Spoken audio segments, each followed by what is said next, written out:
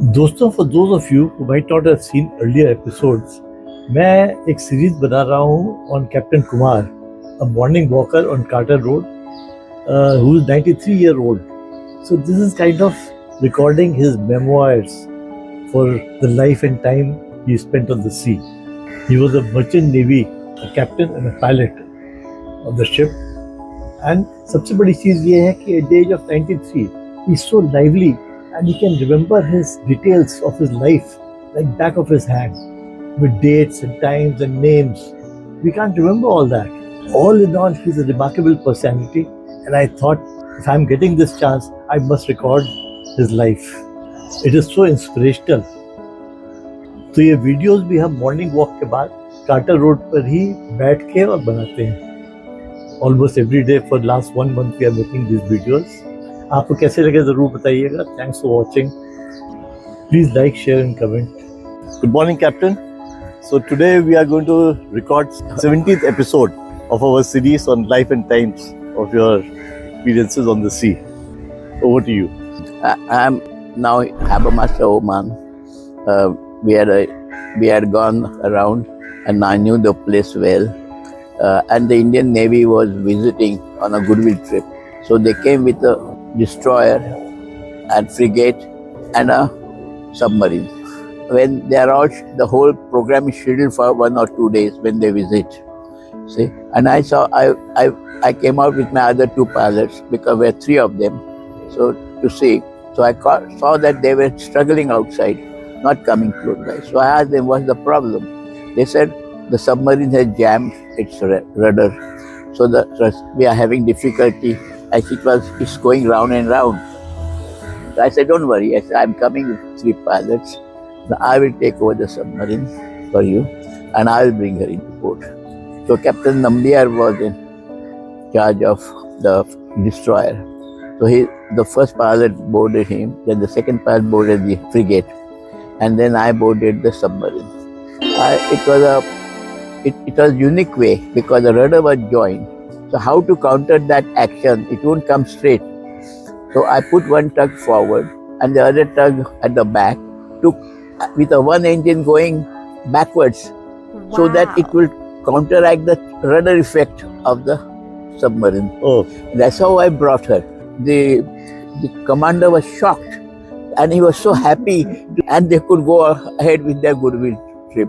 The whole day the program was for them was booked, and in the evening they gave a party where the president of the port was invited. I was invited for the party. At the party, the commander told my president, "We are a wonderful harbour master here." He was so relieved. So that went very well. Yes. After a few days, the American Navy came. And at the same time, my daughter was visiting because she wanted to go to America. She wanted a visa. My wife told her in Bombay, you go and see your father if you want to go to America. So she had come. So the day the American Navy was making a goodwill trip, same day, I sent my daughter to American Embassy with a Sudanese public relations officer. I said, take her there and get her the visa. She came crying back. They had refused her. Because normally you apply from the port where you stay. So she should have applied in India. In India. But because I was not there, the mother said, go, your father is there. See? So next day I went to the American Embassy with my daughter. I said, you have refused my daughter. And she had got placement in Rice University, a very strong university in Houston. A well-known university. So he said, yes. I said, why you have refused her? I said, she wants to study there. She has got the top grades and all. And she's going to Rice University. He said, yeah, why didn't you come yesterday? I said, how could I come? Who would have? Your American Navy was on a goodwill trip. I could not afford to come. I had to cater to them first. So she got the visa. After a few months, there was Iran-Iraq war started. When the Iran-Iraq war started, I saw a lot of ships coming and anchoring near Mina al-Fahal, where the BP refinery was. It was away from my waters, away from my site, because there were tall mountains between me and Mina al-Fahal. So I got a little worried. I saw there were 50, 60 ships waiting. They're all waiting for insurance to get in. They had to take insurance, special insurance to get into the Gulf during this war.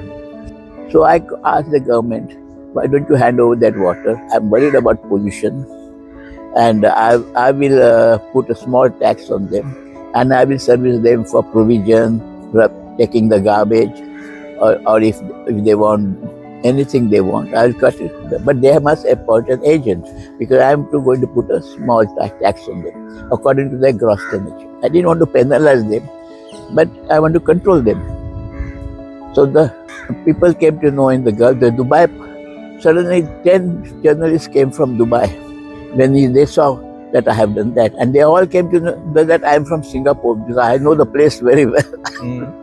So they came. So they came with me when I went to talk to the ships. There are 60, 70 ships already there anchored with this loudspeaker. And I told them that you must appoint an agent. If you need anything, do not throw the garbage in the water. I will pick it up for you. My boats will come. I'll service you for that. All this was recorded. I didn't know. Next day I was in all over the world with that. They had recorded all my conversation, and I made about 17, 18 rules, what they can do, what they cannot do for the ships. They're all published. So for about 8 months, we made a lot of money before they got organized. And the Sultan of Oman was so happy. So he was very happy about it. So it became known world over. World over. That's what it is. So that went very well. And then since my daughter left for America, I called my son and my wife over to stay with me permanently. I went to put him in the Sultan school where all the minister's children were going, you see, for schooling. And he had to do his 11th and 12th standard. So the principal was American. He said, don't put him here. I said, why? Because these Omanis, they have Indians as servants in their house. They might ill-treat him because he's an Indian, see. So I advised him. I said, no, he has never come home with any trouble from the school. Let us try. After 6 months, there was a function in the Sultan school. So I went there. American principal came to me and whispered in my ear, you know, all these Omanis, prince and princesses, they love your son. They respect him so much. You know, that was a great relief for me. So that was all fixed. And then my wife started getting involved with all the Maharashtrian community there. The Indian school was started by the Khimjis who came 2 centuries before. So they asked her if they volunteer for teaching. So she went few hours every day to the school to teach English. Because she was very good in English also. So she was teaching there. And the rest of the day there was a big,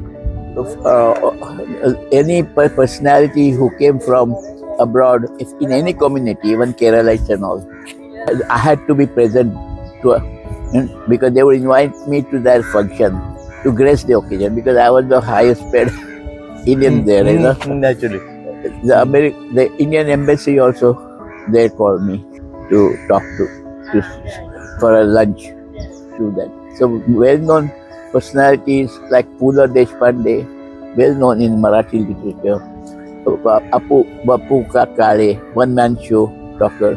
Matkari, big writer, all from Marathi community, well-known people were visiting. Even Ajit Wadekar, the cricketer, he came with his daughter and wife. They all, and we had to entertain them with lunches and dinners.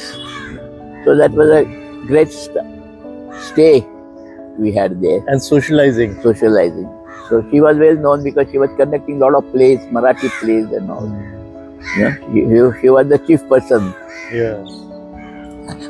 And then in the port, I had my finance manager was a ship chandler from Pune, and his accountant was a Gujarati, Kotecha, Jayantilal Kotecha. I got on very well with the accountant because he was Gujarati and I was fluent in Gujarati.